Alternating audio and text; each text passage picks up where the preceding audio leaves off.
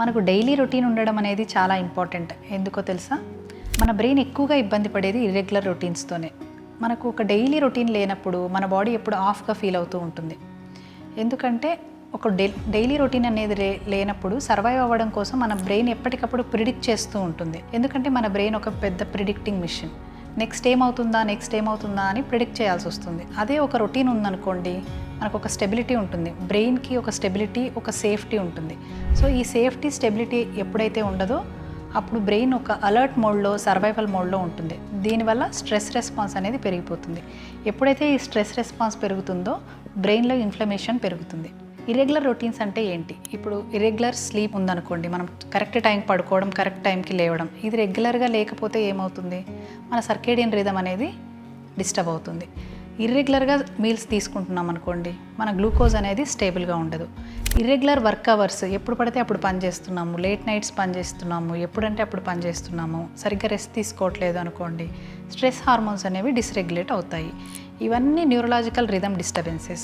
ఇవి క్రానిక్గా ఉన్నప్పుడు మన బ్రెయిన్ ఎప్పుడు అలర్ట్ మోడ్లో, స్ట్రెస్ మోడ్లో ఉండడం వల్ల మనకు ఎలాంటి సిమ్టమ్స్ ఉంటాయంటే, మనకు ఊరికే ఫెటిగ్ వస్తూ ఉంటుంది.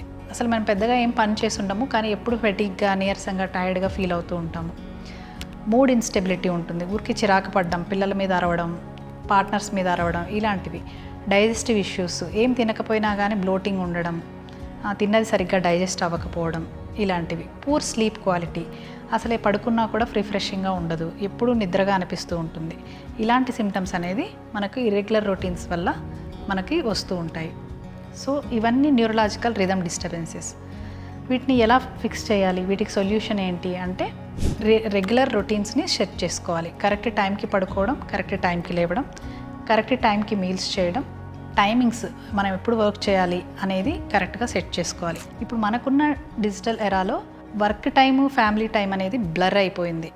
ఏం చేస్తాం? మనము ఇంట్లో ఉంటే వర్క్ చేస్తాం, వర్క్లో ఉంటే ఫ్యామిలీ గురించి ఆలోచిస్తాం, ఫ్యామిలీ పనులు చేస్తాం అనమాట. ఒక బౌండరీస్, డీలినియేషన్ అనేది లేకుండా పోయింది.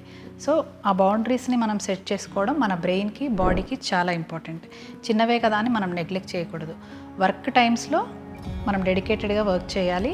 మన ఫోన్ని కూడా వర్క్ మోడ్లో ఉంచుకోవాలి, డిస్ట్రాక్షన్స్ లేకుండా చూసుకోవాలి. ఫ్యామిలీతో టైం స్పెండ్ చేస్తున్నప్పుడు కూడా మనం ఫోన్ని దూరంగా పెట్టి వర్క్ గురించి ఆలోచించకుండా డెడికేటెడ్గా ఫ్యామిలీతో టైం స్పెండ్ చేయాలి. ఇలా చేయడం వల్ల బ్రెయిన్కి ఒక స్టెబిలిటీ అనేది వస్తుంది, అది సేఫ్గా ఫీల్ అవుతుంది. అప్పుడు మనం మన న్యూరలాజికల్ రిథమ్స్ని సెట్ చేసుకోగలుగుతాం. ఇక్కడ ఎంత డిసిప్లిన్గా ఉంటే మనకు అంత ఫ్రీడమ్ అనేది దొరుకుతుంది. ఇక్కడ డిసిప్లినే మనకి ఫ్రీడమ్ని క్రియేట్ చేస్తుంది. సో డైలీ రొటీన్స్ని నెగ్లెక్ట్ చేయకండి.